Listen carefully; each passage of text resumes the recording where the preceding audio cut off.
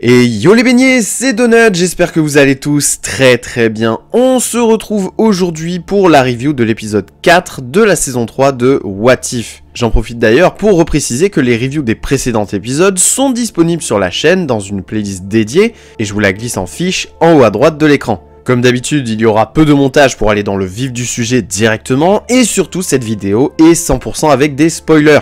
Donc si tu n'es pas à jour sur la série, je te suggère de quitter la vidéo et de revenir quand tu seras à jour. Bon, après l'épisode plutôt sympathique sur Red Guardian et le soldat de l'hiver, l'épisode que nous avons eu ce 25 décembre était centré sur Howard le canard et Darcy Lewis, et il s'intitulait « Et si Howard s'était marié ?» Et putain, quel épisode! Mais pas dans le bon sens du terme, oh non! Préparez-vous, je vous le dis à l'avance, à une sacrée dose de sel. Bref, dans un premier temps, on va faire comme d'habitude à faire une review rapide de l'épisode, mais après ça, je vais directement donner mon avis sur l'épisode, parce que très honnêtement, j'ai pas envie de m'attarder sur cet épisode de Noël qui a réussi l'exploit d'être encore plus à chier que l'épisode de Noël de la saison 2 avec Happy qui sauve Noël et qui se transforme en Hulk violet. Oui, c'est bien pire. Bref. Pour situer l'épisode, il s'agit de la suite directe de l'épisode 7 de la saison 1 où Thor est fils unique et qu'il débarque à Las Vegas avec les 3/4 de la galaxie et fout le bordel partout où il passe. Howard et Darcy se marient, vivent leur petite vie tranquille, puis on les voit tous les deux à la maternité et Darcy accouche d'un œuf. Oui, elle pond un putain d'œuf. Et vous n'êtes pas au bout de vos peines, croyez-moi. Ils rentrent avec leur œuf et d'un coup Topaz, la servante du grand maître, débarque et les invite à se joindre à une croisière que ce dernier organise sur son vaisseau. Sans trop de méfiance, ils y vont, confient leur œuf au babysitter du grand maître, mais découvrent qu'en fait c'est une magouille de la part du grand maître pour récupérer l'œuf. Cependant, Yondu débarque à son tour, vole l'œuf et parvient à s'enfuir. Howard et Darcy, désemparés alors, appellent le Shield pour qu'il leur vienne en aide, mais Coulson et Fury marmonnent quant au fait qu'un vaisseau ravageur se serait rendu sur la planète où se trouve le collectionneur. Howard en déduit donc que Yondu se trouve sur Nowhere. Entre temps, Yondu croit qu'il va rencontrer le collectionneur, mais à la place, il rencontre Caecilius, vous savez, le disciple de Dormammu dans Doctor Strange 1 que tout le monde s'en fout, qui récupère l'œuf de force au ravageur. Howard et Darcy débarquent sur place tout en se mêlant à la foule et découvrent un rituel centré autour de leur progéniture qui a pour but de libérer Dormammu de la dimension noire. Cependant, le Shield débarque en plein milieu et une querelle éclate entre le Shield et les sorciers, ce qui permet aux deux personnages de récupérer l'œuf. Les deux vont alors reprendre leur vaisseau en direction de Jotunheim et demander l'aide de Loki pour se cacher. Malheureusement pour eux, Fury et le Shield débarquent mais se font arrêter par Laufey, le père de Loki, et l'armée de géants des glaces. S'ensuit v'là des apparitions de personnages qui veulent l'œuf comme Zeus, Malekith l'elfe noir, ainsi que Thanos et son ordre noir. Bref, c'est le bordel. Après une série de bousculades entre tous ces épisodes, Howard et Darcy récupèrent leur œuf, mais désespèrent car ils ne voient pas de fin à ce bazar. De là, ils se mettent à chanter la berceuse de l'œuf qui est I Was Made for Loving You de Kiss, et d'un coup, l'œuf réagit en dégageant des éclairs d'énergie, ce qui va anéantir toutes les menaces. L'œuf éclot ensuite et une petite fille mi-humaine, mi-volatile en sort, et la famille retourne chez elle pour se reposer. Fin. Voilà pour la review, j'ai vraiment voulu aller vite. Maintenant, je vais vous donner mon avis sur l'épisode, et ça va aller relativement vite là aussi. Je l'ai détesté. L'épisode a réussi l'exploit à être encore plus débile que l'épisode sur Thor, fils unique, et celui de Noël avec Happy.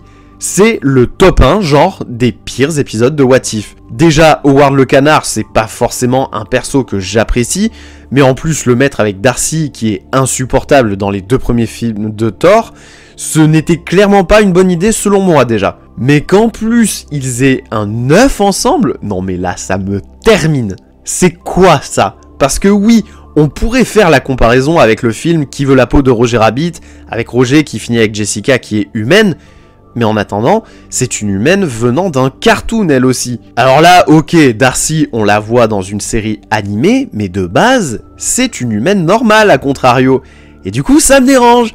Comme ça me dérangeait dans le film des années 80, avec le personnage de Beverly Switzler, interprété à l'époque par Lea Thompson. Et en plus, là, dans cet épisode, ils ont réussi à aller encore plus loin avec Darcy qui a accouché d'un œuf. Je vous jure, je n'arrive pas à m'en remettre, c'est une dinguerie. Et d'ailleurs, pour en revenir au personnage de Beverly, ils l'ont mis en clin d'œil dans l'épisode, puisque c'est la meuf qui habite la part du dessus. Mais ça, en vrai, Osef. Bref, au-delà de cet aspect, l'épisode était aussi mauvais selon moi parce qu'il était creux et que c'était la foire au caméo inutile. Sérieusement, on a eu Fury et le Shield, on a eu le Grand Maître, Yondu, Caecilius, Dormammu, Luffy, Zeus, Malekith, Thanos et son Ordre Noir. Et aucun, je dis bien aucun d'entre eux n'a été vraiment menaçant. À la limite, Fury et le Shield interviennent, ok, Darcy a un rapport avec le Shield, donc je peux tolérer. Le Grand Maître, à la limite aussi, parce que c'est un vicieux, mais bon, pour le coup, j'aurais plutôt mis le collectionneur, plutôt, ça aurait été plus logique.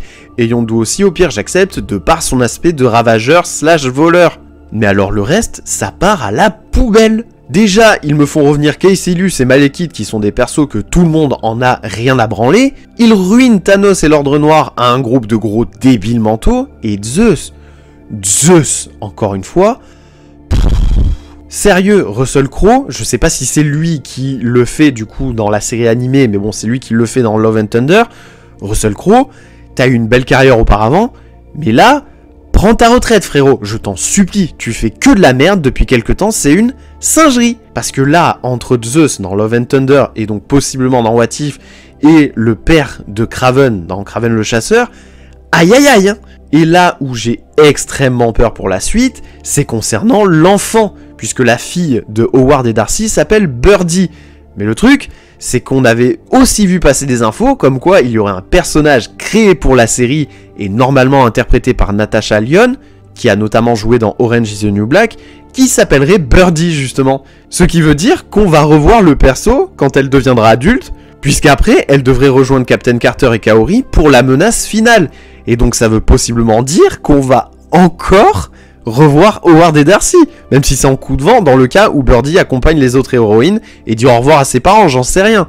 Mais putain, par pitié, non, je veux pas ça quoi.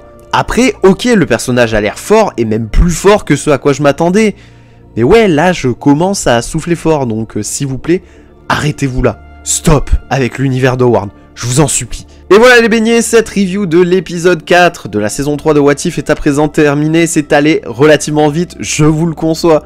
Quoi qu'il en soit, si ça vous a plu, n'hésitez pas à laisser un gros pouce bleu comme d'habitude, vous savez que ça fait toujours extrêmement plaisir. Vous pouvez aussi et surtout vous abonner à la chaîne si le contenu vous plaît et activer la petite cloche pour recevoir toutes les notifications des prochaines vidéos à venir. Vous pouvez également commenter et partager la vidéo. Et en attendant la prochaine vidéo sur la chaîne, eh bien je vous dis bye les beignets.